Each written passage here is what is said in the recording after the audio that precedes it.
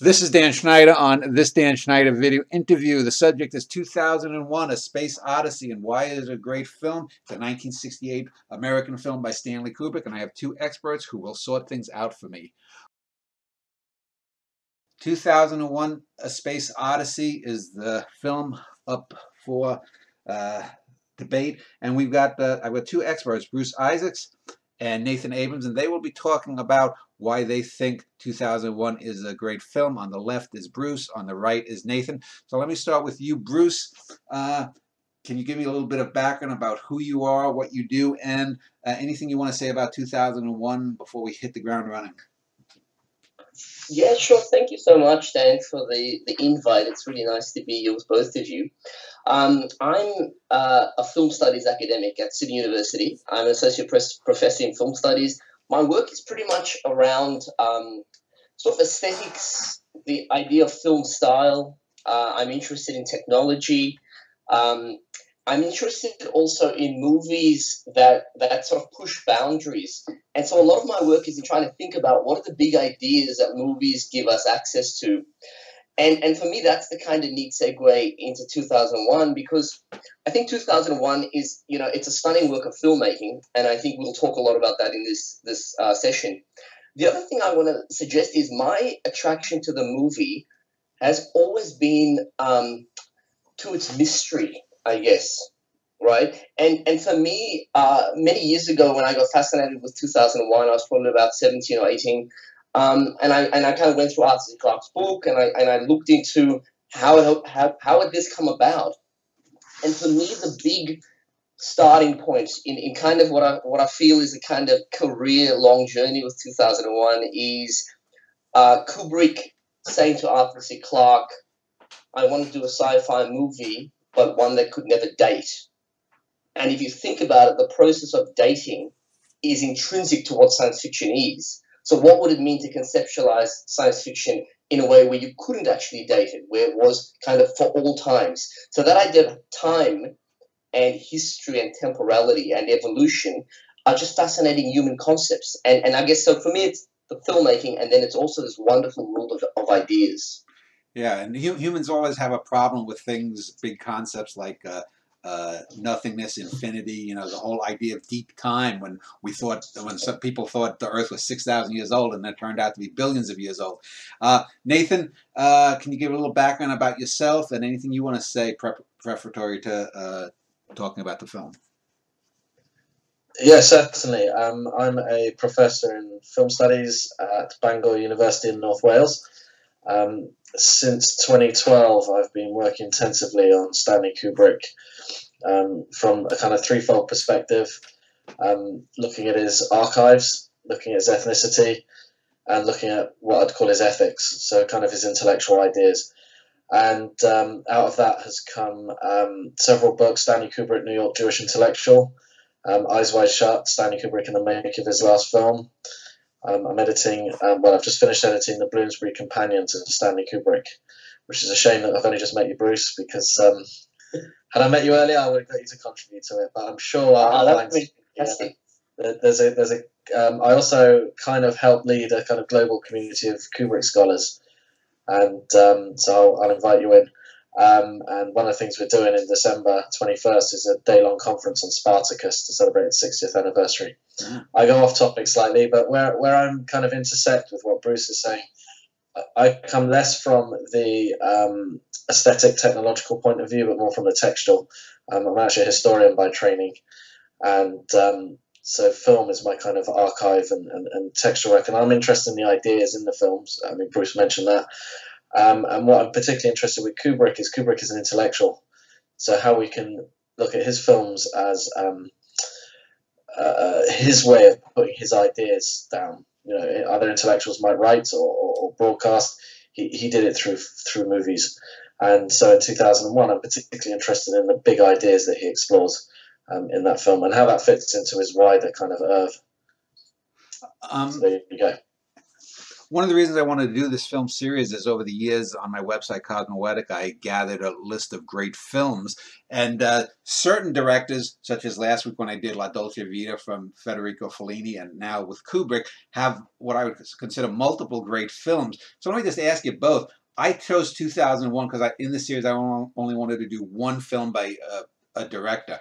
But since Kubrick has multiple ones, I think 2001 is the most important and the greatest of his great films. Do you both agree with that or not? For my position, I think I would list several that I would find it very hard to distinguish between. Mm-hmm. So Kubrick, I think, is one of about 3 filmmakers I would put into a category of not only making great film after film after film, but constantly wanting to explore a range of philosophical ideas that seem to fit really neatly what he was trying to do in each film. So, I mean, Eyes Wide Shut is one of my absolute favorite films. So I don't think that 2001 is necessarily the greatest film. I think it does brilliantly what he does in many other places as well. How about you, Nathan? What is your take on the film within the Kubrickian canon? Yeah, I mean, I kind of agree with what Bruce is saying. I mean, Kubrick's own words were that his greatest contribution to the art of the movies was Eyes Wide Shut. So in a sense, who are we to disagree? But I think, if we look at it in generic terms, in terms of genre, in his contribution to science fiction, maybe 2001 is the greatest. Although I'm a big fan of Dr. Strangelove, and that's also a science fiction film, right? In his contribution to the war movie, Full Metal Jacket, particularly the Vietnam War movie. So, it's a difficult thing ranking Kubrick's movies. What I tend to find is people who rank Kubrick's movies, I'm not including Present Company, probably only rank the ones from 2001 onwards because they've not seen the earlier ones. And Paths of Glory is a great film. They kind of do a disservice to the Spartacus, Spartacus and The Killing. Yeah. I'm not saying that's his greatest film, but look at the influence The Killing's had, Tarantino in particular. But certainly, all right, let's look. But I think one of the reasons why we pick on 2001 is probably a couple of ideas, the big ideas in there, which I think are bigger than a lot of the ideas than, say, Eyes Wide Shut, which is a small idea writ large. I can go into that later. And secondly, I mean, what Bruce said at the outset, it pushes the envelope technologically, but also I think we'll still be debating what that film means, like in 50 years. Yeah, we're still arguing over what that film means, and there's not many films that sustain that level of debate, even today, I'd say. Last week when I did La Dolce Vita, one of the criticisms leveled against that film by some critics was that it was boring and the screenplay wasn't a traditional screenplay. And in an odd way, even though they're totally different in conception and execution, the same charges have been leveled by some critics about 2001 from the very outset, that it was dull. In fact, one guy on YouTube has a video where he goes, this is such a boring film. You got 10 minutes of just landscape. And my wife and I would just be like, this guy is an utter moron. But then also, too, that it doesn't follow a traditional screenplay. I think that's one of the strengths of both of those films. Let's talk about the charge that it's a boring film, because I don't find it boring or unemotional. I've often said, for example, the scene where Hal is getting lobotomized. When I was 11 years old and first saw the movie, I was tearing up a little bit for Hal. So, Bruce, how about the charge of it being boring or unemotional? Well, look, I think words like boring and unemotional are things that exist in historical contexts as well. And so one of the things that I think we're seeing in a film like 2001, and Kubrick maybe being, I guess in my opinion, the only filmmaker who was able to really get away with challenging some fundamental principles of the Hollywood studio system, even though he was a studio filmmaker with Warner Brothers. So boring in the sense of, okay, that opening sequence people might regard as slow. So the shot lengths are pretty long and languid. Very little happens in the way that we think about traditional action. I talk about this with students. So I had a student who literally did a PhD on the notion of boredom in cinema from a German philosophical perspective. And I think what it shows us is that boredom in relation to the way, I don't know, Paul Greengrass cuts, Bourne action films kicks in at almost anything pre about 1995 in the way that I think a lot of audiences respond to film. 2001 is also, I think, it takes you out of traditional alignments with things like character, right? I mean, who you're supposed to identify with in this film. So that sense of an emotional attachment is deliberately challenged. I think Kubrick wants to do that quite deliberately. I agree with you on the hell scene, though. That is always kind of zany and moving for me. I think it does everything against what we expect of a big Hollywood studio film in the late 1960s. In terms of boredom itself, I find it endlessly fascinating. I can honestly say that if it's on TV on a Sunday and I just happen to change it onto a channel, I find it really hard to turn it off. Yeah. It's just so compelling. But it doesn't mean it's not paced in an unusual way when we think about mainstream pacing. How about you, Nathan? What is your take on the charges of dullness or unconventionality? Yeah, I mean, first off, I'd ask how old is that YouTuber? Secondly, one of the famous critics who called it either boring or to words to that effect was Pauline Kael, right? And Pauline Kael had her own Michigas, right? And part of it was this sense of making a name for herself by slagging everything off, right? And often critics went back on what they said after multiple viewings. Yeah, Andrew Saris was another one.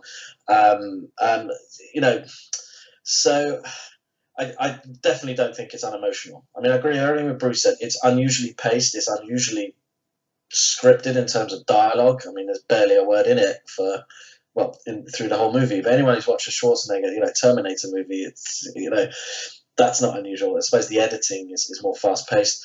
Anyone who calls a Kubrick movie unemotional, I would think doesn't know what they're talking about, doesn't have emotions, right? They might appear to be surface, ice on the surface, like Barry Lyndon. Take Barry Lyndon. That's a film that routinely, I know we're off topic, but Barry Lyndon routinely gets boring. But you watch that film on a big screen and you tell me you don't feel something when Barry loses his son, but it's too easy to level those charges because I think too often the film is tied up with the filmmaker. So people think of Kubrick as cold and unemotional, and therefore they assume the film's cold and unemotional. But yeah, I think, again, what Bruce was saying, it depends who's watching in what period, right? Now, in the post-MTV, edit, every 1.5 seconds in a pop video type audience, they are going to find it boring if they're not used to a long take. So, I suppose it depends on whose perspective. Well, a Bela Tarr fan, I guess, would not have the same problems, coming to a Kubrick film. But let me just talk a little bit about the book that was co-written at the same time by, as we mentioned, Arthur C. Clarke. And there were some substantial differences, the main one being that in the book they go to Saturn rather than Jupiter. Either of you both familiar with the book? And was there anything in the book that Clarke wrote, which they were pretty much simultaneously, that you think might have worked well within the film, but Kubrick decided against that? Who's going first? Do you want to take this one? Yeah, go, Nathan. Yeah, I think what's unusual about 2001 from a developmental perspective is with the majority of Kubrick's movies from Killer's Kiss onwards, The Killing onwards, they were based on an original property, an original source material, but 2001 wasn't in the same way. There was usually a single source text for all the films from The Killing onwards. 2001 was based on two Clarke short stories, and the screenplay and the the novelization of it were written contemporaneously, and so one isn't based on the other. A lot of people think if you read the novel, it explains the film. Yeah. But I suppose my best analogy for that is in as much as the New Testament explains the Old Testament, right? It doesn't. It's a different book. So, one has to step away and think, right, the film's its own entity. Kubrick and Clarke developed it, but then Kubrick would have taken it in ways during shooting that Clarke had no control over. The novelization, Clarke was probably primarily responsible for, but Kubrick was there rewriting it, adding his bits to it. It's a separate entity. So, I don't think that one can, as I said, this is probably an ideological or religious perspective, which is probably appropriate for 2001. If you want to believe the novel over the film, it's like saying the New Testament has superseded the Old Testament, right? The Hebrew Bible. Or you can be a different perspective to say they're two separate texts, and I go with the original, not the sequel, as it were. So, when it comes to things like Saturn and Jupiter, the simplest explanation is that he couldn't get the effects right for the rings around Saturn. Yeah. So he switched it to Jupiter, right? But we can only see Jupiter anyway, so I don't really buy that. I often like to see if one is going to look for differences between source text and adaptation, it's not fidelity, but more for what does that switch tell us in a kind of intellectual way. So, we move from Saturn to Jupiter. We go from one kind of god to the king god. These ideas of fatherhood, fathership that run throughout Kubrick's movies. That's how I'd prefer to look at it, not in terms of authenticity, fidelity, that sort of thing. Bruce? Yeah, I agree with all of that, Nathan. I think that it's been many years since I read the Arthur C. Clarke novel, and I like the way you describe it as a novelization, because I think people often misinterpret the relationship between the novel and the film and expect that you're getting something like a kind of a transposition of the novel. I know that in my own experience of the novel and the film, I think the film is so much more intriguing and challenging than the novel. So the novel, it seems to me, is almost quite literally a novelization. Take the film, strip away what makes it cinematic, and insert it into a very different kind of platform, which is the novel form. It's far more literal-minded.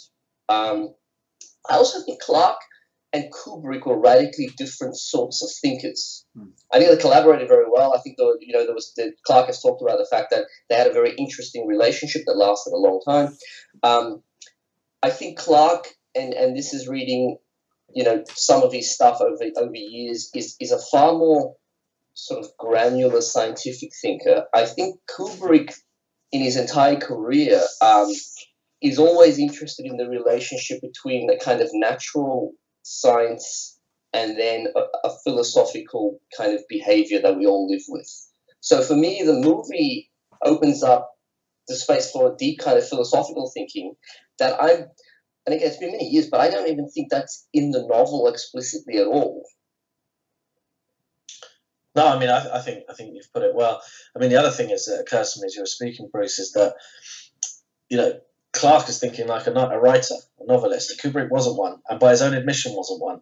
For him, right, everything was down to what looks good through the through the camera. Yeah. Yeah. So he could come up with an idea. It's he'd have it all planned out, and then he'd go to shoot, and he'd be like, "That's just wrong." And they go, "Yeah, but it's your idea, Stanley." He's like, "I don't care. It just looks wrong." Right? He could only ever see if something worked once he filmed it. And so there's a film brain going on, and like you say, I mean, this is a problem. You probably find this, Bruce, and I'm probably guilty of it as well. It's a lot of problem with people who move from other disciplines into film studies, especially textual disciplines, is they treat film as a text, right? It doesn't sound or move. Yeah. And that's the major distinction between the novelization and the film, is that he's produced a blueprint, Clarke, that Kubrick's lit and sounded, put sound to, and in ways that Clarke can only describe. So yeah.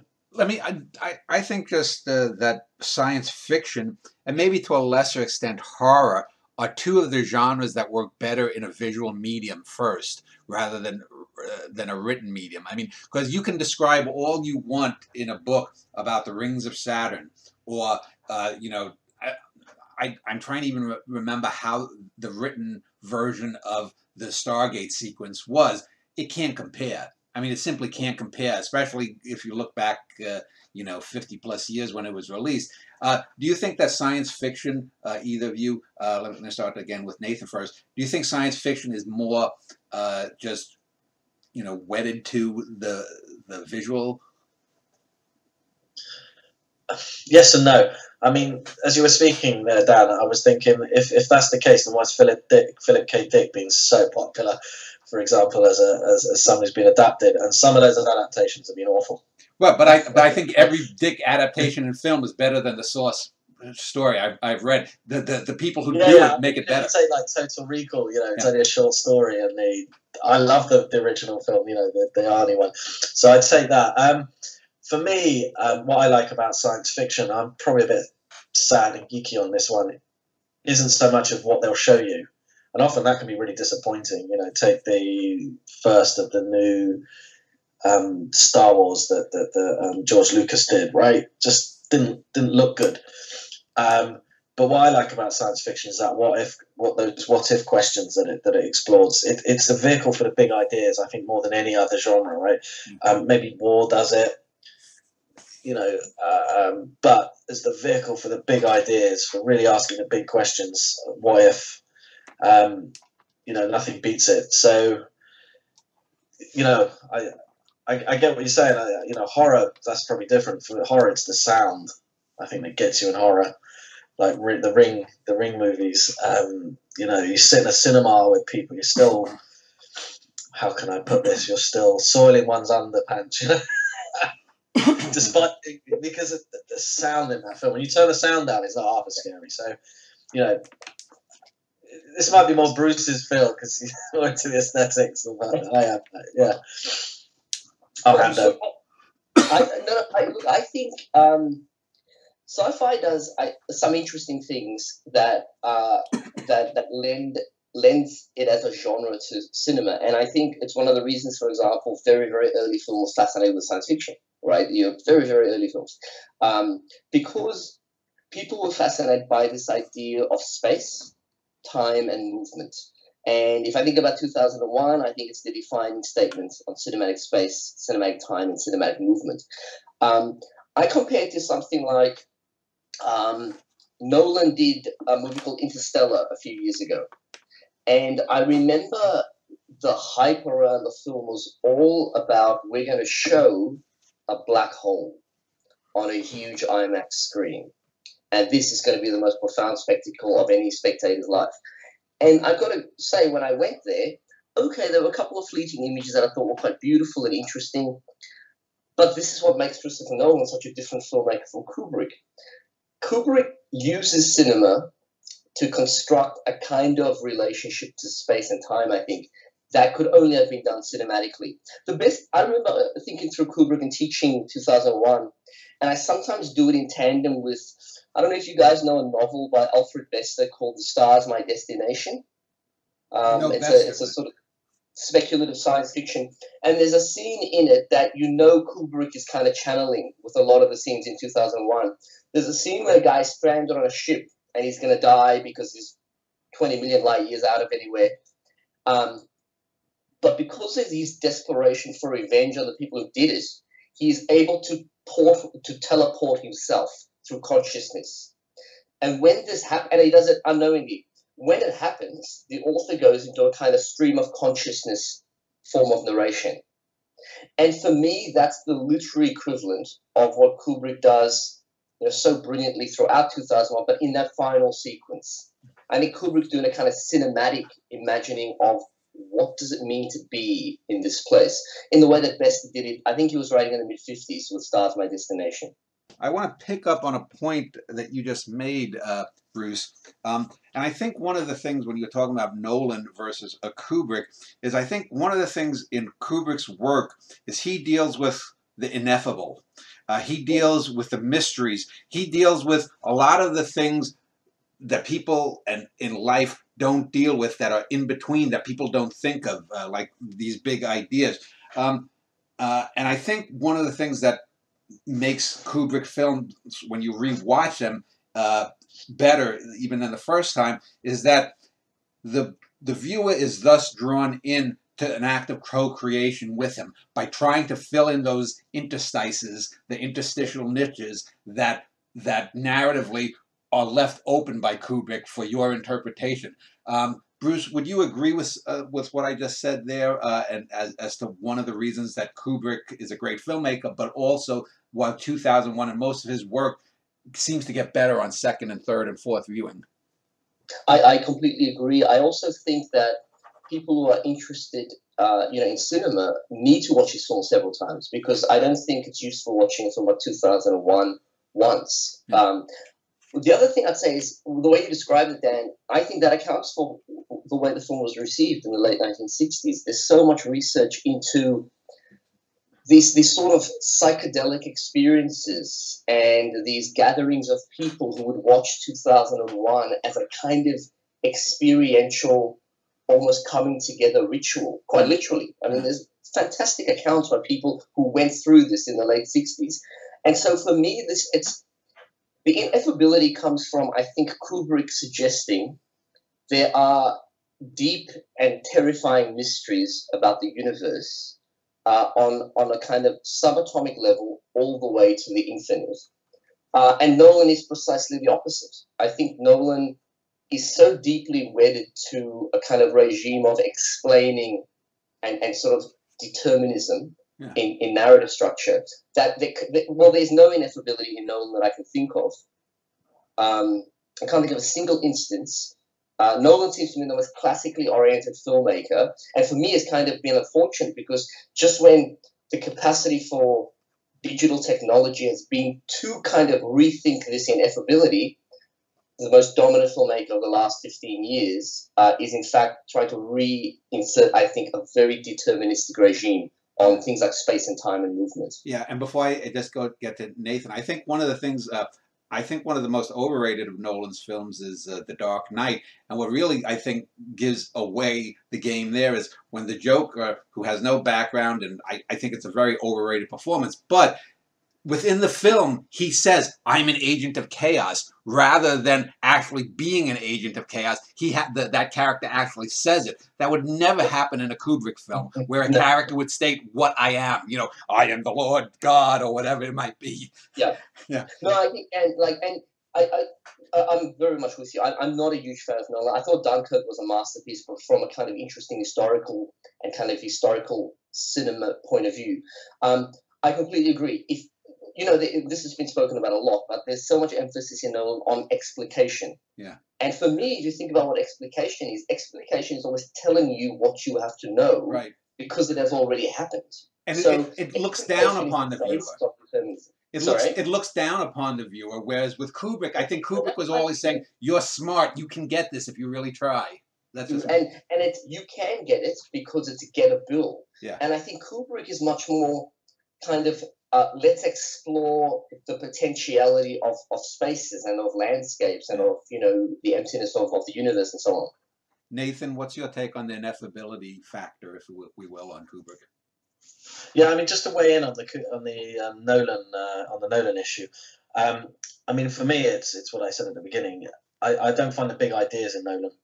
So you can watch Dunkirk and think, well, technically adept, he's done that very well, played with time, space, but what was that about? Is it pro-Brexit? Is it anti-Brexit? Who cares? There's no depth. There's no. You're not going to be discussing these from a kind of intellectual point of view. I think after 10 years, you're just going to be discussing how they appeal to you sort of viscerally, and that's fine. I mean, that's part of cinema. Maybe Inception. You could debate that one, but then again, lots of derivative ideas. I mean, not to say that Kubrick didn't also reference other filmmakers. I like this word ineffability because that's how Jews describe God. And Kubrick is a Jewish filmmaker, whatever that means, but as a filmmaker who was Jewish, made his most religious movie in 2001. And when I say religious movie, I'm not saying that the film is about religion. It does very much use religious tropes, it's clear. But it's the one most akin to a religious experience along the lines that Bruce described earlier, and then got marketed as the ultimate trip deliberately to sort of play into that quasi-religious experience that people are having in the late 60s. And there is an ineffability to the movie in the sense of A, it's kind of hard to describe. B, he's dealing with that sense of the ineffable. What is God? he said, "I'm going to produce the first scientific definition of God when making that film." And what is God in the movie? Is there God in that movie? Kubrick's brother-in-law Jan Harlan famously said something along the lines of, Kubrick wasn't a believer in a conventional sense. He didn't believe in a normative God. But you know what? He didn't say he didn't because he was kind of hedging his bets, just in case. And I think you can see that in the film. There is a sense of something out there greater than us, right? Whatever that is. Yeah. And that could be God. But then again, it's ineffable. So the whole movie deals with that. Well, to go to the effable then, Nathan, let's talk about the actual structure of the film, because I think there probably were some experimental films by the Brackages and people like that before 2001. But to me, for a mainstream film, the structure of the film with the music, the soundtrack tied to the editing, to me is something that, again, I don't think I can, and I'm not as expert as you as historians, I don't think there ever was such a big mainstream film where the visuals from the very dawn of time sequence through the Stargate is so tied to the music, whether we're talking Ligeti and the Stargate, the classical and the throwing of the bone. Speak to me, Nathan, a little bit about that sort of, I guess we call it organicness of the editing with the music.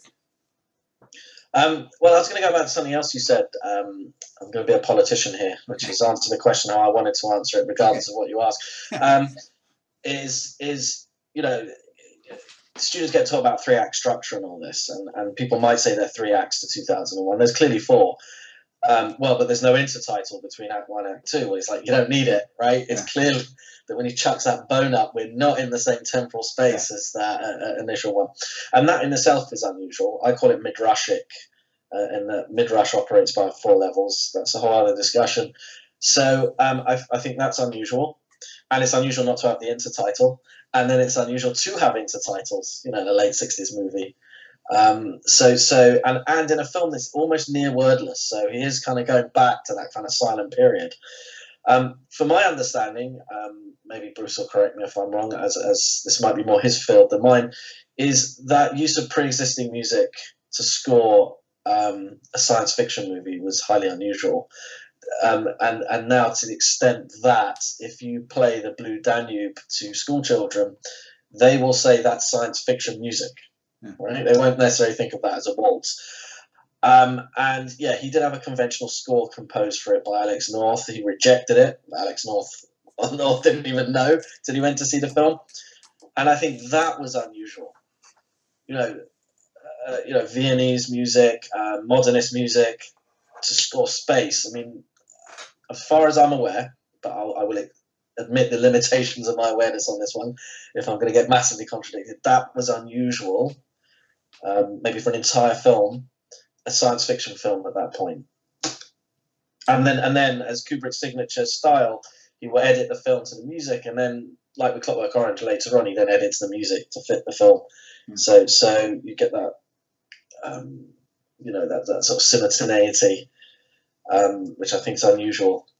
And the images that we see of the revolving spaceships, if people are aware of this, they'll think, well, how is a waltz danced, right?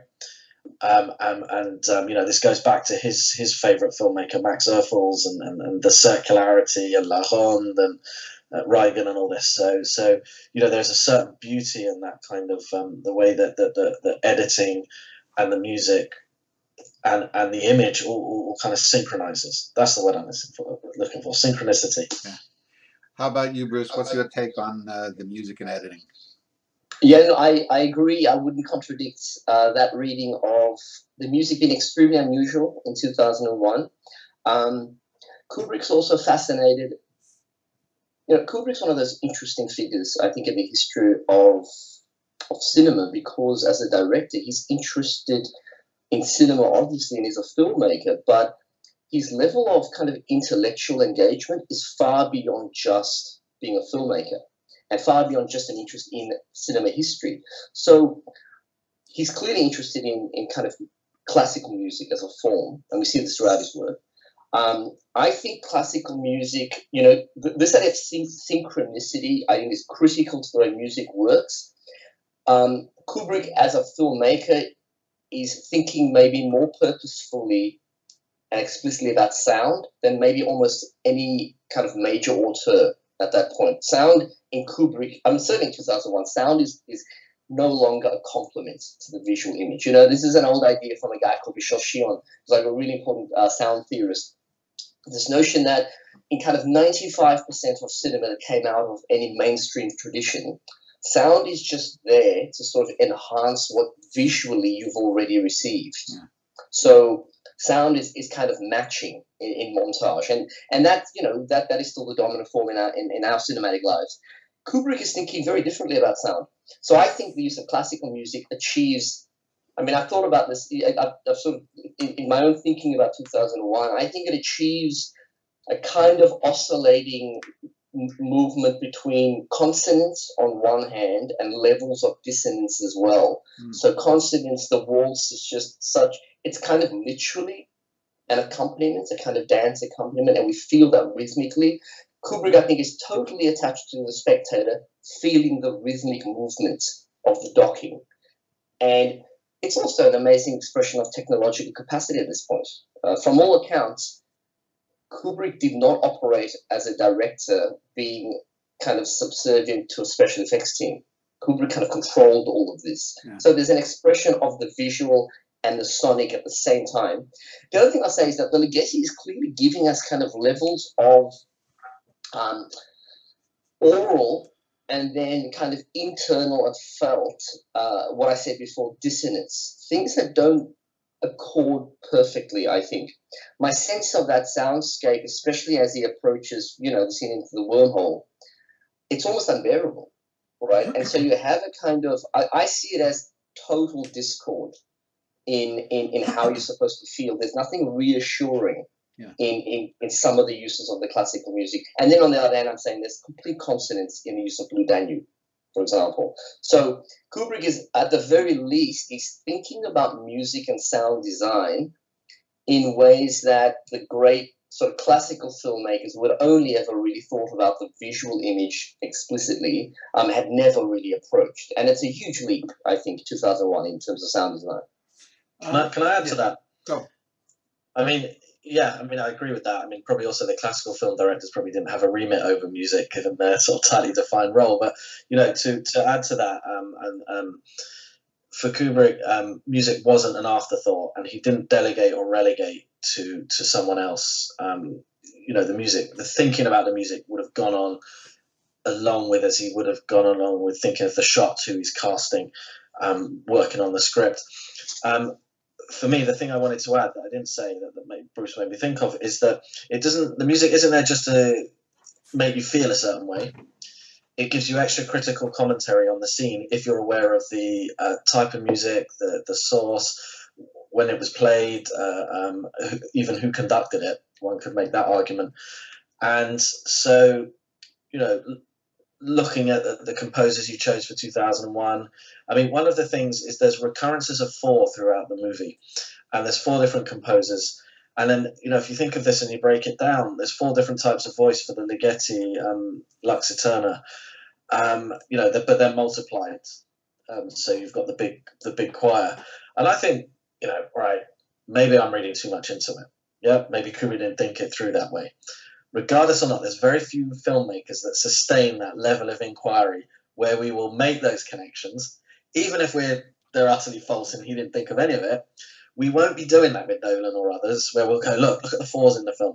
Look how the 4's replicated here, here, here, and even in the structure of the very track he chose, which is, you know. So you know, whether we're reading too much into him, the material he gave us to think with, but didn't tell us how to think with it, gives us an ability to think more about this and other films that other filmmakers don't do. So even if we come up with 2 + 2 = 5, you know, and all kinds of theories surround, you know, you fake the moon landings, whatnot. You know, very few films like The Shining sustain that level of what I'd call Talmudic inquiry amongst scholars and fans alike. And that's the beauty of his films. It isn't just something that film studies scholars own. There are some that's all we go on about, right? These are ones where like we're probably in a minority.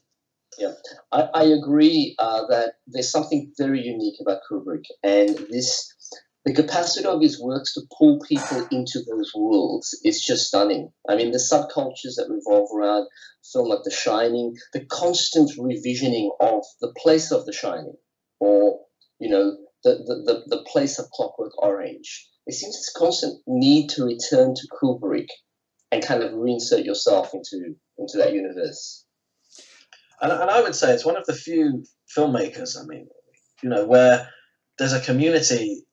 Some films, as film studies academics, we show our students and they don't want to see them, right? And there are others where they show them to us and we don't want to see them. Kubrick's one of those rare filmmakers, I'm not saying he's the only one, where there is a shared community. You show it to the students, they love it. There's fans, there's practitioners, where if you did a conference and you can bring in such a wide range of individuals, you go on YouTube, there's channels devoted to explication of his movies by non-academics. There's very few, I think, that sustain that on such a wide scale. I'm not saying that it doesn't happen, but on such a wide scale, the community is so big and broad.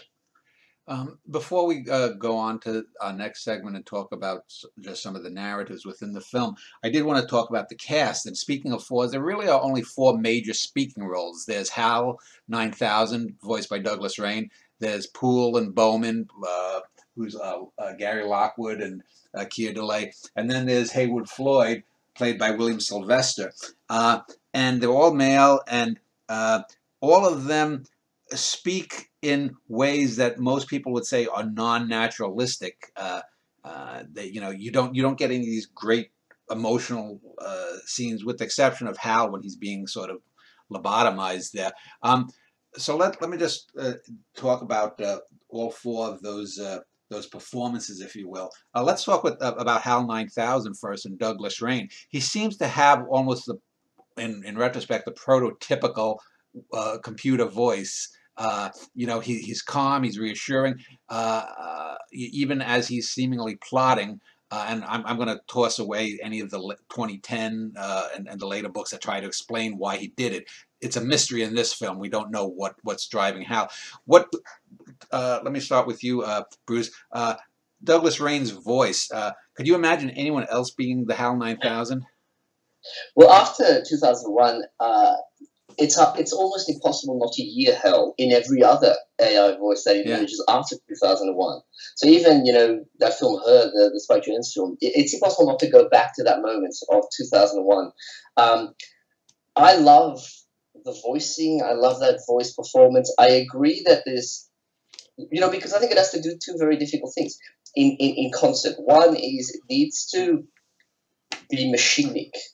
There needs to be a level of kind of uncanniness for the spectator in listening to the computer voice. But it needs to be kind of, what's the word? It needs to be sort of provocative enough that we feel weird about the individuality of this AI, even though we know that Hal's just one of a whole series of AI intelligences that were tested to be put onto the vessel. So there's a kind of individuality, and I start to see there's a kind of playfulness in Hal, which has to be there, because we have to be provoked into trying to think about what has caused this. So in just the kind of voice performance and characterization, I think Kubrick embeds maybe the most fundamental question of the whole film, which is how do you move from a machine deterministic structure into a kind of spontaneous creation of something? What makes Hal act in the way that he does? And that's an unanswered question, right? Even philosophically speaking. How about you, Nathan? What is your take on Rain's voice performance? Well, yeah, one of the people he considered was Jackie Mason. At least he said that as a joke. That would have been interesting. Well, Martin Balsam from Arbogast and Psycho. Yeah, I mean, I can't disagree with anything Bruce has said. It's set the benchmark, right, for the appropriate sort of level of calmness. Um, but you get more human and emotional than any of the humans, and I think that was deliberate, with this deliberate banal discourse. You know, in section 2, when they're it's all about food, right? He's gets his meal on the space shuttle, and then when he's going on the moon bus. Ham, have you got ham, chicken, ham? You know, there's these jokes. I mean, I think when people call Kubrick a cold and unemotional filmmaker, they forget the sense of humor. The zero gravity toilet with the 10 Commandments, right? There's lots of jokes through this movie. They're just not necessarily writ large slapstick that we might get, you know, in the earlier two, you know, in Lolita and Doctor Strangelove.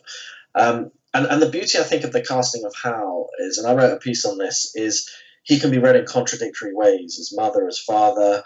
He's been read as, you know, as straight, as gay, as a jealous homosexual lover. He's been read as like a computer, but more human and emotional than the humans on board the ship. Like was said at the outset, that you know, we actually feel something, some pathos for when he's being disconnected, and he's desperately pleading for his life. I mean, I think we feel more emotion for him than say Jack in The Shining. So where that casting, it sustains, you know, multiple and conflicting readings. So in a sense, you know, there was a sort of genius to that. For that ability to. Can I throw in one thing?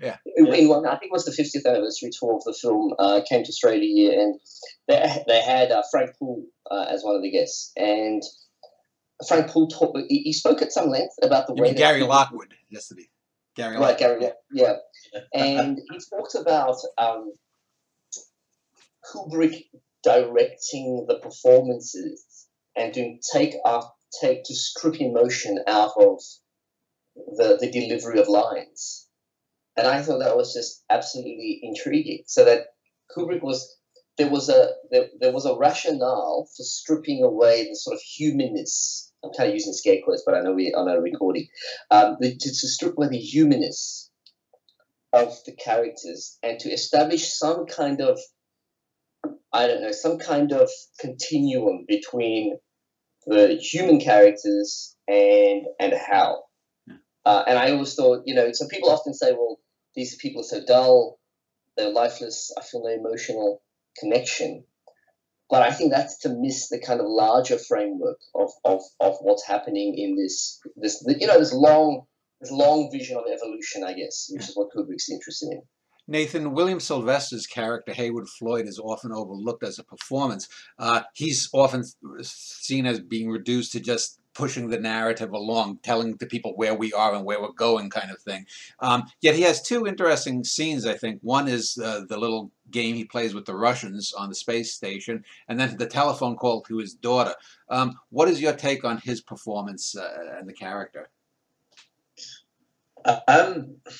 Yeah, interesting. I haven't considered it in that much depth, to be honest. I mean, I think, as I said, what we do is we leap, you know, 4 million years into the future, and we see this fantastic technology, and you know, in the hands of another filmmaker, you'd probably get some, you know, suitably fantastic dialogue to match, you know, with some thrown in science, a la Star Trek, which is, you know, contemporaneous with this, and probably drawn it. You know, 2001 probably drawn it to some extent. But then what we get is, as I said, is this banality. You know, I mean, one of the things that runs through Kubrick's work is banality of evil, but just banality. And you know, it's a conventional space flight. Well, all right, it's kind of uncanny in a sense. It's a space flight that looks like what we would be doing now, but not quite. He's, you know, we see the food, as I said, the obsession with sandwiches. So at one point he's eating puree, and then on the moon bus they're just having wrapped sandwiches. It's a kind of, you know, that's somewhat bizarre. So the section he's in, I think, is probably in a sense the jokiest of Kubrick's, and he's a key part of that. I mean, that bit with the Russians is interesting because it's Leonard Rossiter, right? So Leonard Rossiter to British audiences in particular, and I wonder if you got inundated with this stuff in Australia. possibly in a way that maybe not in the United States. Leonard Rossiter is a kind of joke character to us, right? Much more like Captain Quinn in Barry Lyndon than he is the serious scientist. So you don't entirely take that seriously, right? It's very difficult with the baggage you go into to take that seriously. And everyone's like, oh, well, this is Kubrick's take on the Cold War. I mean, that's Kubrick's take on the Cold War, like North by Northwest was Hitchcock's take on the Cold War, right? They're not. And I find that an absurd kind of, it's a little game he's playing, but, I don't know to what end. I think too much is made of that sequence. The interesting thing is, though, is that the Russian have female cosmonauts. Yeah. So in a sense, you compare it to Planet of the Apes that came out that year. A woman's put into space for the first time in Planet of the Apes, only to die by the time the credits have ended. Yeah. Right? And what was her job? To reproduce. Yeah. So these interesting messages when the feminism was, that was kind of at its peak in that period.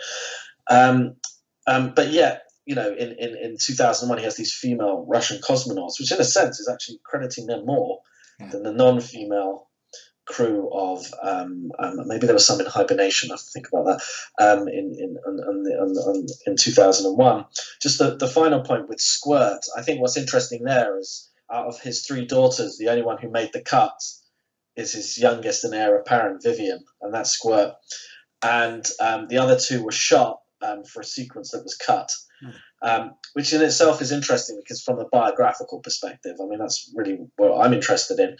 And secondly, that it's a father-daughter relationship. And one of the things I'm interested in throughout Kubrick's work is that kind of paternal relationship, particularly father-son.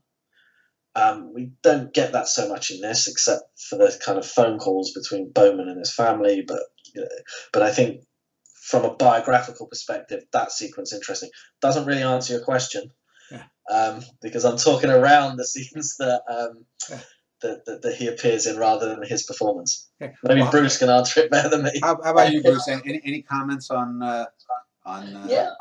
Just on the Vivian thing, that's so interesting because she becomes so important to Kubrick's career in some ways because of her fascination with her father, but also then all the stuff on The Shining. The Shining documentary she does is one of my favorite behind-the-scenes pieces of work.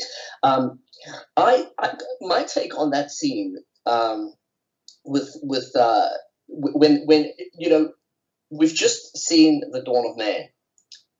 I can't remember how long it lasts, but for those uninitiated, it is a trial on a first viewing. Yeah. I actually think, therefore, the next sequence, the cut to, let's call it the setup. Let's call it narratively the setup for what's going to take place that will underpin the whole narrative structure. I actually think it does so much work. I think it's really clever because, and maybe this is, I don't know, when I first saw this movie, maybe I was 15 or 16. I love that whole sequence. I actually find it intriguing. So I love that we move from Dawn of Man, it's very strange, mysterious, what is this really about, what am I looking at, to there's a mystery that we've discovered in the universe.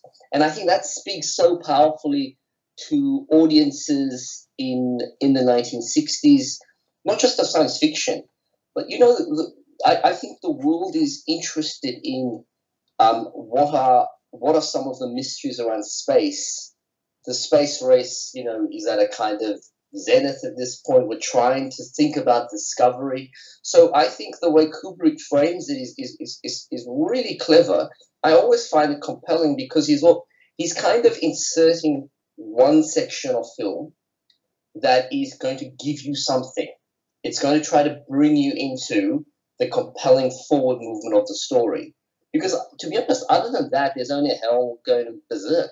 Yeah. Beyond, otherwise, it's just pure kind of, I think, philosophical imagery, symbolic imagery, and you have to do so much work on that level. That scene, you can kind of sit back and say, okay, this is interesting. Is there some kind of conspiracy? And I love the dialogue.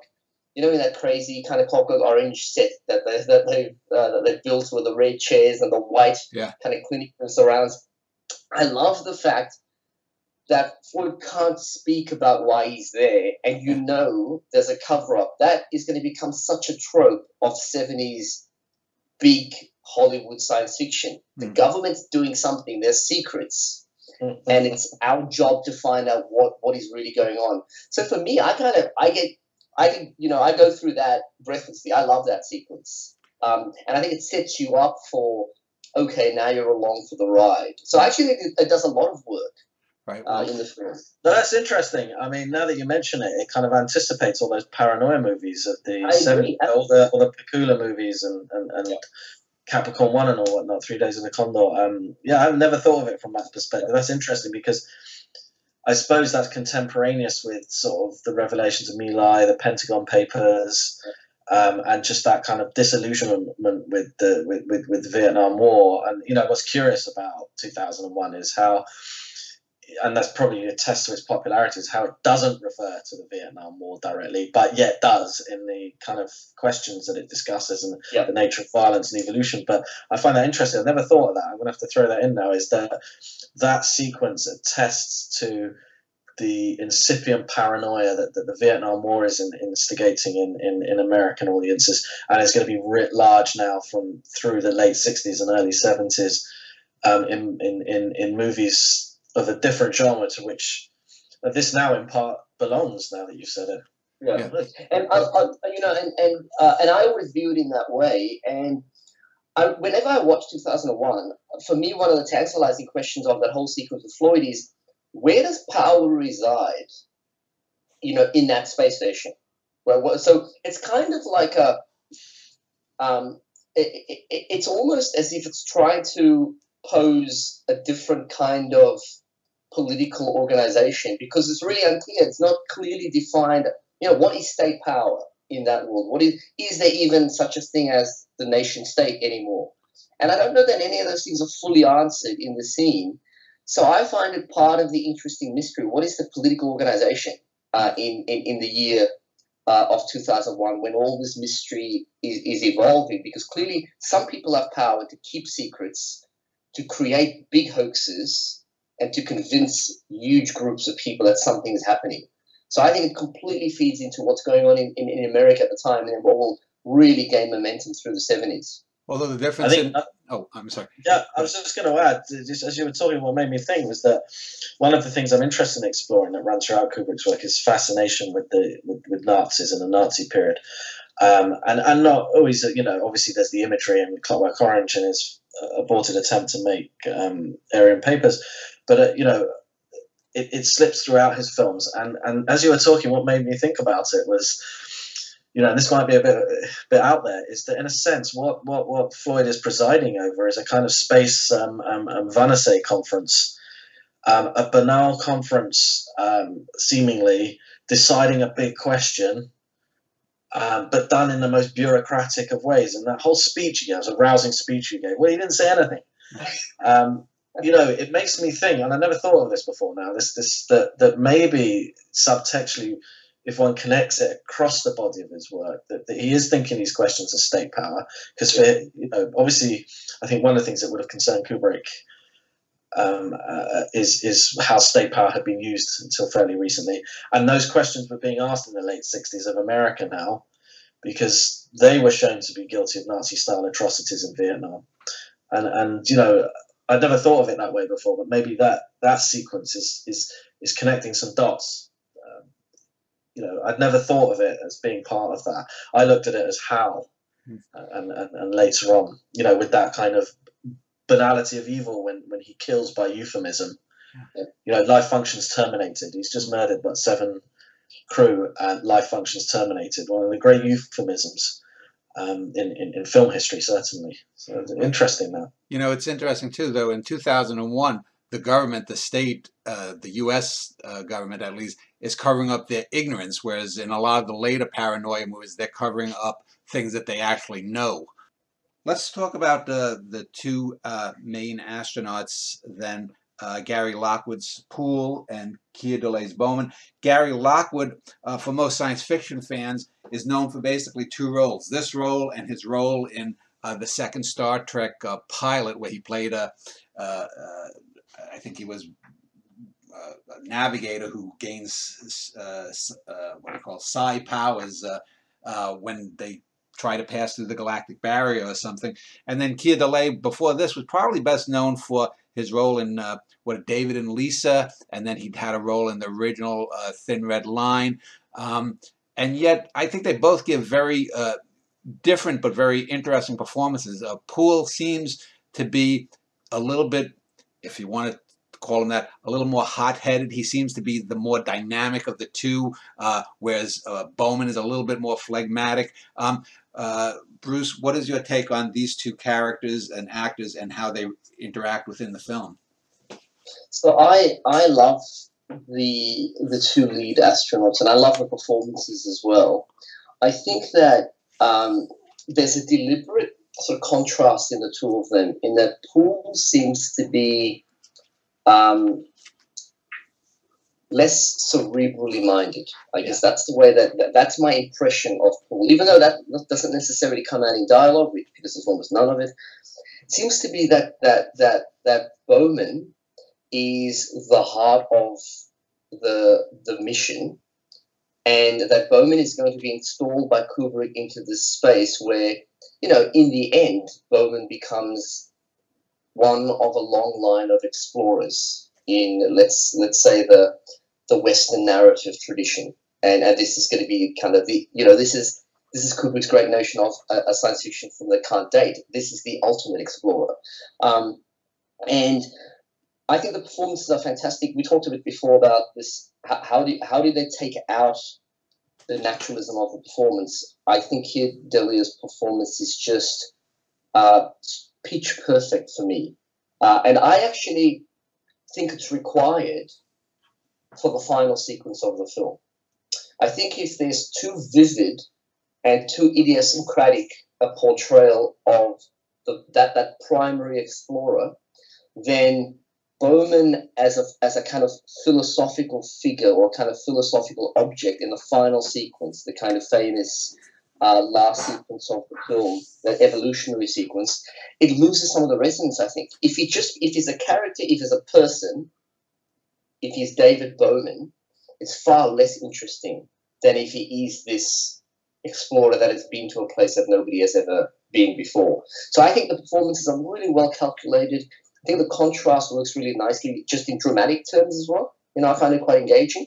It is interesting that I don't know that there's quite the hierarchy. Bowman always strikes me as the sort of main protagonist of the film, but I can never forget that Poole is given the centrifuge sequence, which is always fascinating to me. That Poole is, he's associated with his physicality. Yeah. I don't think Bowman is ever when he's running in shadowboxing. Right, and if we think about that one scene, they had to build the centrifuge. That cost $800,000. And in 1967, that was an awful lot of money for Warner Brothers to cough up to do it. To get one basic movement, which does, I think, so much for the film on so many different levels of signification. But he gives it to Poole, because I think Poole is this kind of, this physicality. He's a trainer, he's fit, he's boxing.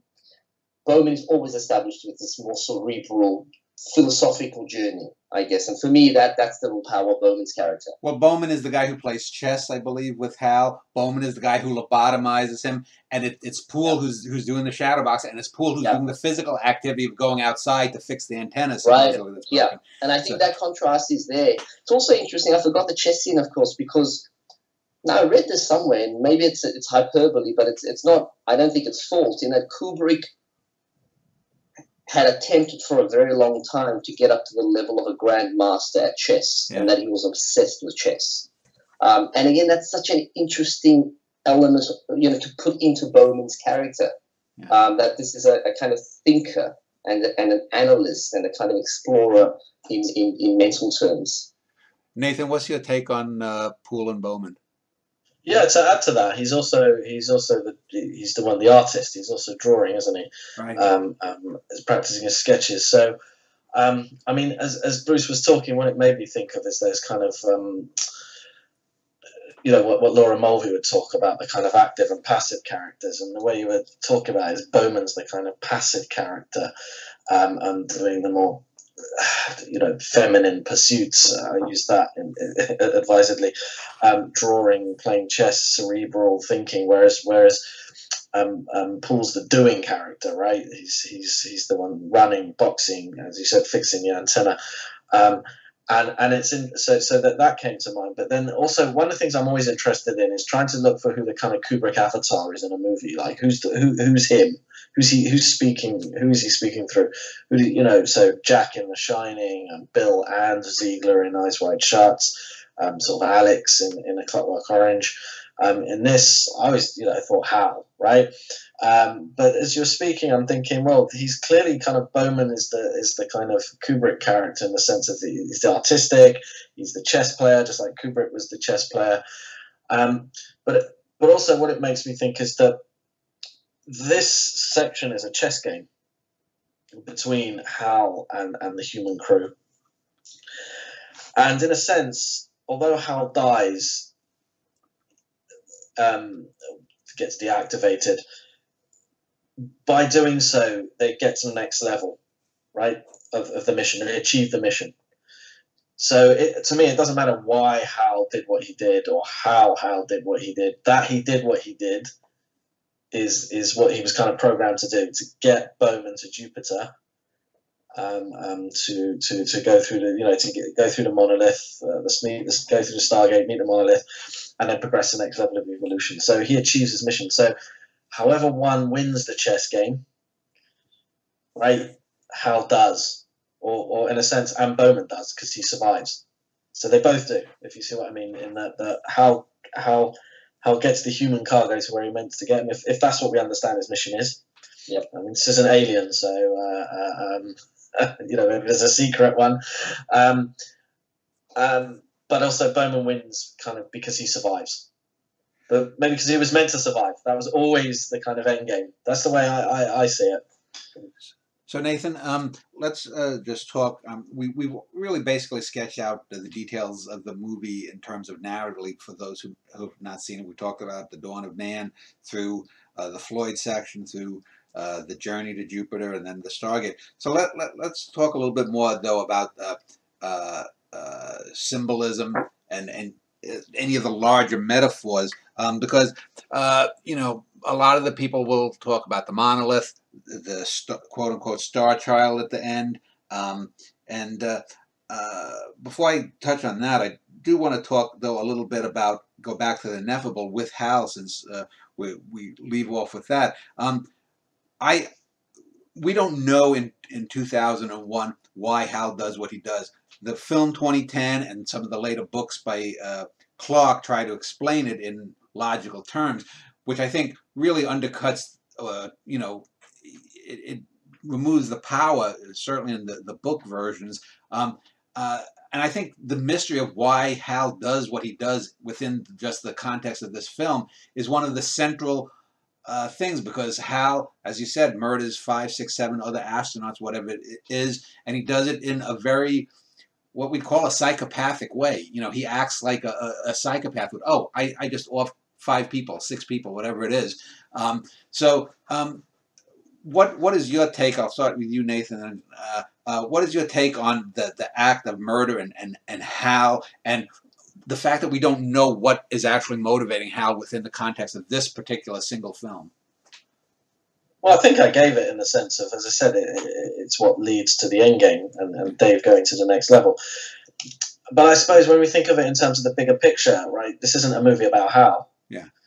And Hal's just one cog, as we talked about Hayward Floyd's role in that part of the film, in answering a bigger question.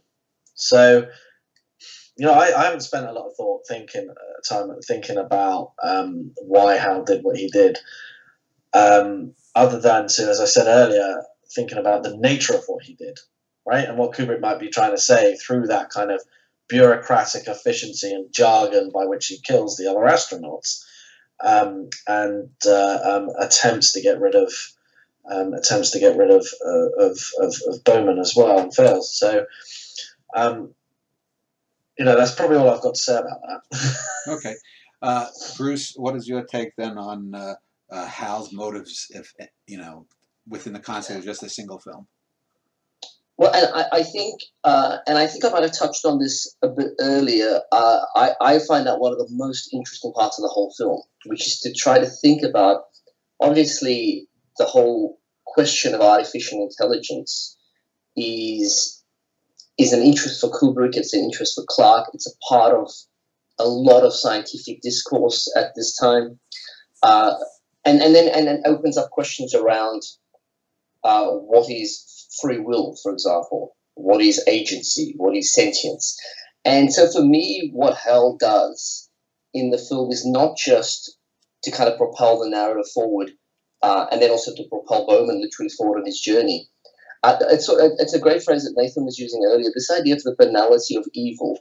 I think Kubrick is really fascinated by asking what is the nature of morality. You know, at some points I kind of think that 2001 and a lot of Kubrick, obviously Clockwork Orange, they're really sort of Nietzschean examinations in some ways, and an inquiry into what gets us to act in particular ways, and what is the relationship to codes of being and codes of morality and codes of thinking. So for me, I think what Hell kind of compels us to do is think a little bit about what does it feel like for hell. You know, I think that's a tough question in this movie. What is Hell's sense of agency as an artificial intelligence? Do we sympathize? And what about this disjunct between sympathizing with a machine presence and seeing the machine presence do incredible violence to human beings? Yeah. So I think there's all kind of philosophical terrain that's just been covered in Hell, which, to be honest, one of the great achievements of the film, it's that so many huge philosophical questions, for me, fit in a wonderfully organic whole that is, you know, in spite of the cerebral nature of the film, always entertaining, right? You know, that's striking to me about 2001. The interesting thing is that we're still discussing why Hal did what he did. I mean, to me, it goes back to a point I made earlier. You know, this is still up for debate. 52 years later, and it's interesting. It's like that thing to err is the human. So, you know, he errs in that movie. You know, with the A35 unit, and then eventually being deactivated. But for me, as you were speaking, Bruce, it's part of the message of that movie is to be violent. To kill is to be human. Yeah. And if Hal wants to achieve parity, which I suppose is the goal of any artificial intelligence eventually, is to achieve parity, is well, you have to kill, right? That's kind of part of this message of the movie. Yeah. And he does it. He doesn't do it as violently as, say, Moonwatcher does it. Yeah. I suspect no one does it as violently as that by 2001 in that movie. Nathan, I think it's another. Go sorry. Go ahead. Make your point. I was going to say that, and for me, this goes back to a point that we were all talking about earlier. There's absolutely a fascinating idea of this kind of godlike thing, or this power in the universe, or something like that. But in another way, 2001 goes so far to strip away the kind of coded religious institutional foundations of things like morality and kind of civilization. That I sort of feel that in the universe, this kind of open expanse that Bowman's going to travel through, it feels extremely bereft of meaning, I guess. And so, since we're talking about artificial intelligence, the other major machine in the film is the alien monolith, which clearly is not a living thing. And a lot has been made about the dimensions supposedly being like a widescreen, widescreen film having the same or similar dimensions. And people have some critics have said that this is a reference by Kubrick to the act of viewing within cinema itself. Bruce, what is your take on the monolith? Is it simply the calling card of the god of that film, or the aliens, or is there something, do you think, deeper that Kubrick was going for with those dimensions, or anything else? Yeah, I mean, I to be honest, I haven't done a lot of thinking about it. I find the idea of the film connection to the monolith, that the dimension suggests that this is to talk about spectatorship and the process of the object of film. I sort of find that probably not that persuasive, only because Kubrick will tackle that throughout his career, that idea of viewing and being a spectator and being culpable in the act of watching. I just don't know that as it seems too as a symbolic object extremely banal. It seems that seems too banal to me. What I will say is I just get a visceral feeling from that monolith. So I think the monolith, for me, is a wonderful synchronicity between something that is built and engineered and something that appears natural. That it has kind of affective qualities from both of those regimes of feeling, for me at least. So I feel that on the one level, it's kind of something built. It feels, obviously it doesn't look like a pagan object, but it seems to carry certain resonances of a form of pagan object, idolatry, especially in that Dawn of Man sequence, obviously.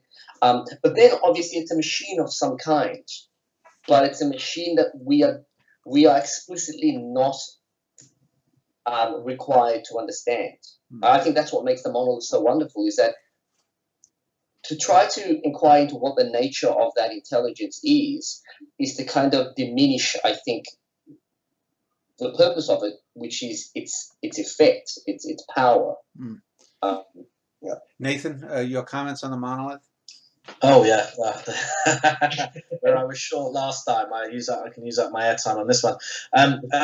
I think a nice analogy for what Bruce was saying is it's a Clockwork Orange. It's this kind of like inorganic matter, to appropriate a quote from another movie, hewn from the living rock of Stonehenge. It looks like it could be hewn from rock, but at the same time it's some kind of technology. So a Clockwork Orange, this kind of blend of organic and inorganic, seems to me there's a connection there. What I find interesting about this, and something I wanted to say about reflecting on Bruce's previous comments, was up until the point that Bowman goes through the Stargate, the film is full of allusions, to classical and biblical, conventional religious text, and Nietzsche's also referenced in there, obviously with the opening music, but it seems like in that Stargate sequence he's searching for non-conventional imagery, something that isn't rooted in any tradition. I mean, originally, so the images that we see as he goes through the Stargate don't seem to accord to any conventional normative religions, and by that point, he's kind of discarding the earlier imagery. I mean, interesting, the monolith originally was a pyramid, right? In I think Clarke's short story, The Sentinel, and that's obviously far too rooted in specificity, in historical geographical specificity, to be useful, and the monolith grew out of his failure to use perspex. There was an advert for someone able to work with perspex, and they didn't get that right. The monolith obviously just sort of grew fortuitously out of the experiments they made to get the right thing.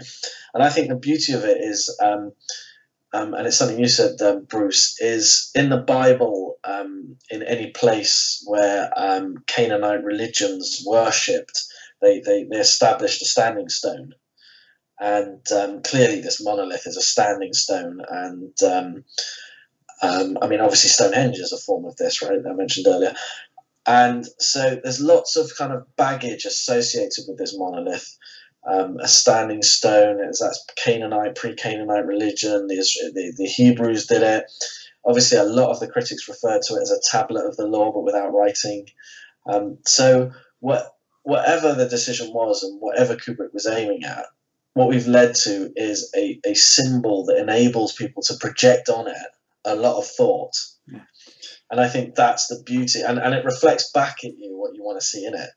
and by the end it's a doorway, also full of symbolism. Yeah. Right. So I find that particularly interesting. You know, and then this whole Utah business this week. Yeah, yeah, Uh, yeah.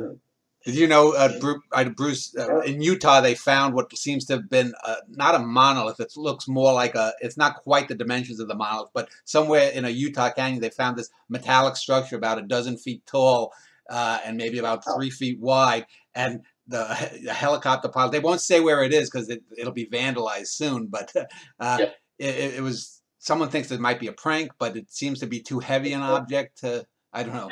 You can Google it. Yeah, Google it. I'll look it up. Yeah. That's interesting. Reputable news sources have reported on it. Well, Nathan, let me, speaking of, Bruce had initially talked about banality, and I wanted to just talk about the hotel suite to the Star Child movement. One of the things with what's generally considered a great film by Kurosawa, Rashomon, is the ending of Rashomon, where after the 4 different versions of what happened come the woodsman who has feeling guilt finds this baby child and walks out into the sun as the clouds are parting by. And I've always thought that was such heavy-handed symbolism, and I thought I was thankful that Kurosawa never went that far into very trite symbolism again, because I think it's probably one of the worst endings for an arguably great film ever. But thinking about it in the same way, I think that the whole hotel suite symbolism, which can be read in many different ways, and then you get the Star Child. I'm wondering if the Star Child is actually that great of a symbol to end the film with. Could he have done something more ineffable than just a baby, Nathan? And what is your take on the whole, hotel suite to the baby? Yeah, interesting. I mean, I like the final sequence. I love for the ways I'm able to read it in the lens or the shtick I put on it. You know, Bowman's sitting there. Bowman's transforming. He's undergoing a metamorphosis, which relate in a brightly lit hotel room, which is very Kafkaesque. If you look at how Kubrick described how he's going to light The Shining, he's going to light it like Kafka wrote, and Bowman undergoes a metamorphosis or reincarnation, which in Hebrew was translated as Gilgul, and when Kafka was translated into Yiddish, the metamorphosis was Gilgul. So there's connections to things that Kubrick read. The way he eats, I love that he's at a table, he eats, he knocks over his glass, he's a klutz. The shattering of the glass, loads of symbolism there.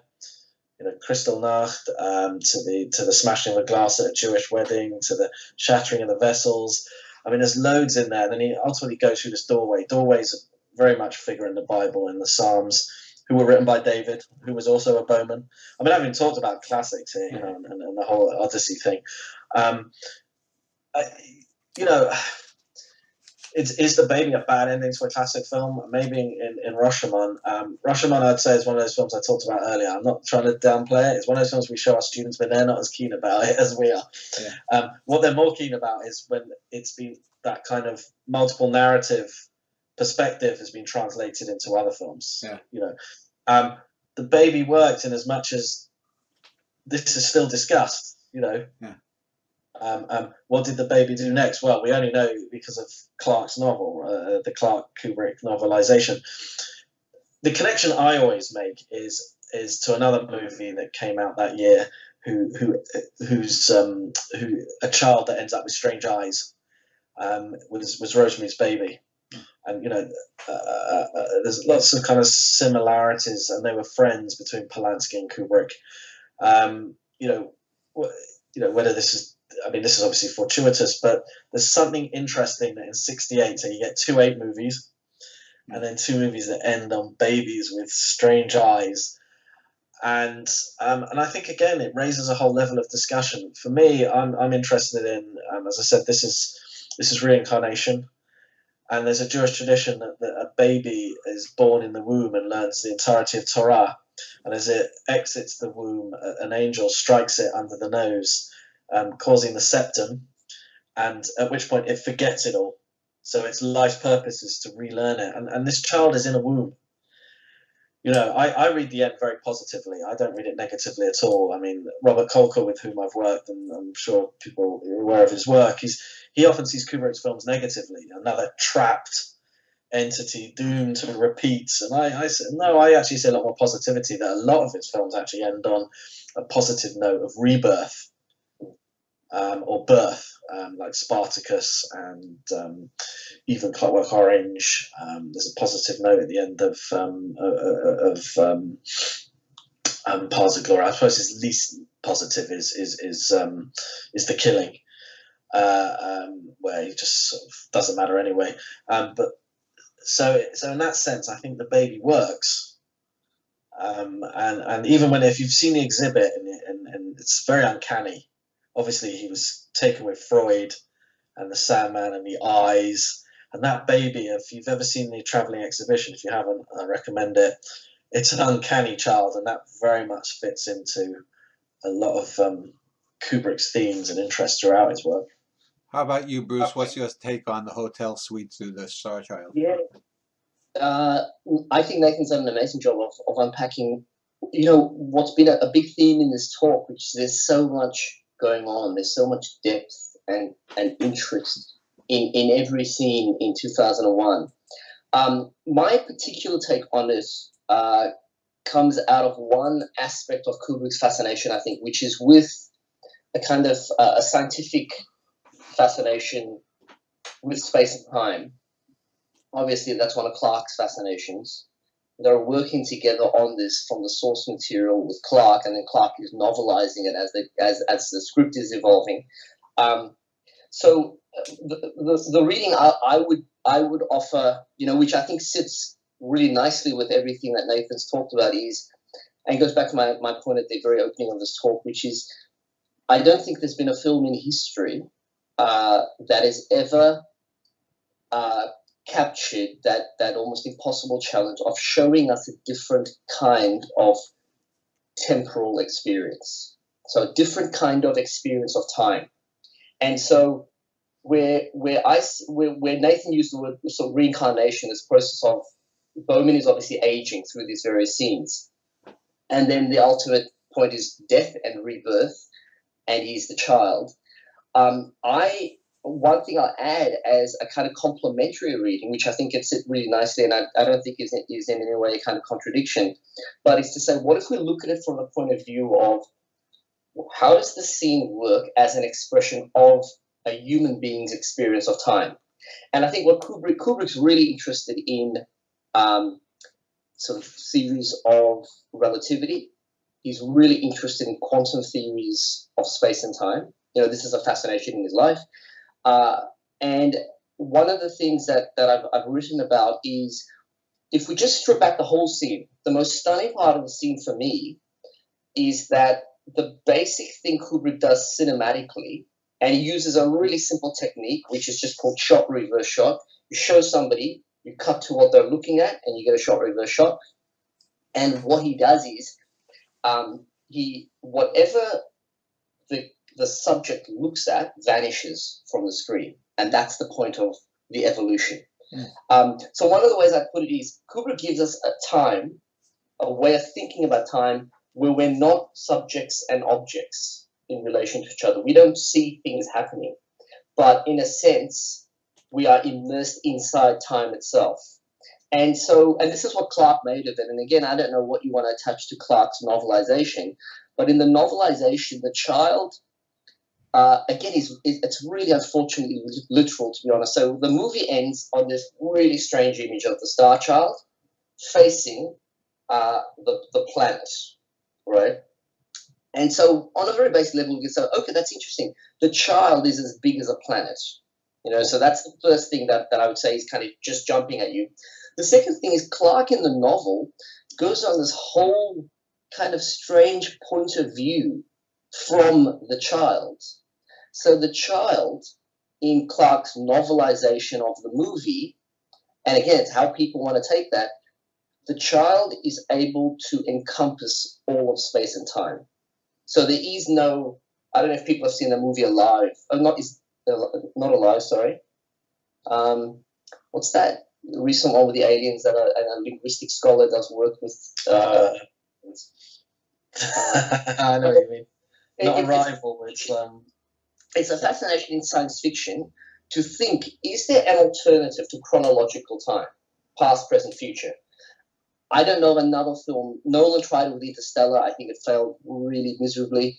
But Kubrick, I think, achieves, whenever I watch that movie, a kind of flickering moment in your head that, okay, I have an inkling of what this might be like.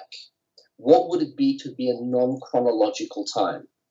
And so he collapses the subject and object. And I think that's the genius of the sequence. That, I've done this in really close analysis with students. If you watch it really carefully, and I'm talking, look at exact points of view, look at camera angles and match cuts, because I think that's so important in the scene. And then listen to the soundtrack really carefully. So listen to his breathing, for example.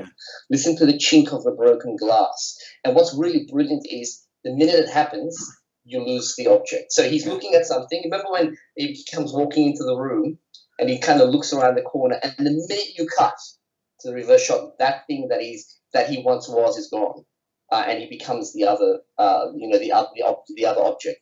So I guess that's a kind of clunky way of saying I agree with everything Nathan said. I think there's so many wonderful symbolic pieces of this puzzle, but one of them that has always been really meaningful to me and interesting is this fascination Kubrick clearly had with quantum time. And I don't know if you guys or your listeners follow sort of, I don't know, any quantum theory podcasts. There's so many wonderful ones. That's one of the enduring fascinations of our current scientific moment. What are we in an era post-relativity? Yeah. Before I get to my final question about what makes the film great, let me just 2 points to just pick up on. You said, Bruce, is that in the final Stargate sequence, a lot of people don't recognize that some of those shots of Bowman and his eyes, there's movement, but other than that, they're still photos. And so it seems that time stops. And I think that means that the hotel suite, that could be decades or eons or centuries, that maybe have passed. It's not just happening within a couple of minutes there. So I think we're at the point where we're talking like biblical time, where a day might be 4,000 years or something. But we don't see the Earth. We don't see when the star child hits the Earth, gets back to the Earth. This could be the year 10,000 AD or something. That's right. I agree. It's a non kind of traditional. Umberto Eco calls it Judeo-Christian time. Yeah. It's an attempt to think what is possible outside of a Judeo-Christian time. And I agree. We're talking like the definition of, I think, the temporal structure is it's an indeterminacy. One, we can't know it. Yeah. Two, it's beyond our capacity to understand it as well. Yeah. And I think one other point I wanted to make is the final shot. The baby breaks the fourth wall and is looking at you, the viewer. Yeah. And so that's as big a shattering, if not more so, than the glass. So let me just ask Nathan then, if you could just sum up to someone who's never seen the film, and however you want to do it, what makes 2001: A Space Odyssey a great film, other than the things you said? If you could just condense it a little bit. Other than the things I've said. Well, I think what makes most of Kubrick's mature movies great, and that's probably 2001 onwards, although I really like the earlier ones too, are two things. One, he pushes the envelope technologically, and two, they contain big ideas. They're intellectual films. And 2001, so many effects were achieved in that movie, front projection and the look of the spaceships, still look good, and the use of the music, etc., the centrifuge, so many. I think probably more than any of his movies, he achieved effects there with a team. He wasn't the sole genius. Often other people's contributions get underrated and overlooked. But he led a team that really pushed the envelope technologically in the pursuit and in the service of a movie that like his other movies, have so much depth to it, and they have ideas, and we can discuss and debate still after so long. And I think whether one finds that movie boring, dull, slow, whatever, what I think any of those detractors can't dispute is there's a lot to talk about and analyze in that film, and still no kind of set answers. And what I like about this is every generation that watches a Kubrick film, when I've been doing this, teaching this now for 12 years, they see something new because they're interpreting it anew. And during the course of this discussion, I've heard new ideas, and that's led me to think of some new ideas, right? Even after however many years of thinking about this film. So that's what makes 2001 great. And if we come reconvene and do this discussion again in a year, I bet something else will come out of it. It's a renewable resource. resource. It's a great movie. A renewable resource. Bruce, why is 2001 great in your opinion? I think Nathan did a great job then. And what I'm going to say is just going to add to what he said. There's a French philosopher guy named Gilles Deleuze who was a philosopher, not a film theorist at all. But he's kind of summit of work in his career, one of his huge summit of works was 2 books literally on film from a philosopher who was not a film scholar at all. And his claim was that if we look to the cinematic medium, it's as if it's the perfect kind of comportment of philosophical thinking. Like that was sort of Deleuze's position. So the thing I would say about 2001 is I don't think we've ever had a time in the 100+ years of film history where a filmmaker has been able to use the medium to basically advance some huge levels of thinking, but to give us images for those levels of thinking. I think that's, what a stunning achievement. That a movie like 2001 gets you thinking about ideas, but through images themselves. And I think for Kubrick, that's he's a fantastic political thinker. He's a fantastic aesthetician. His work is so interesting on levels of moral philosophy. But I don't think we get away from the fact that he's using cinema to kind of give us a philosophy of the world. And I think and 2001 is just one of the grand examples of that.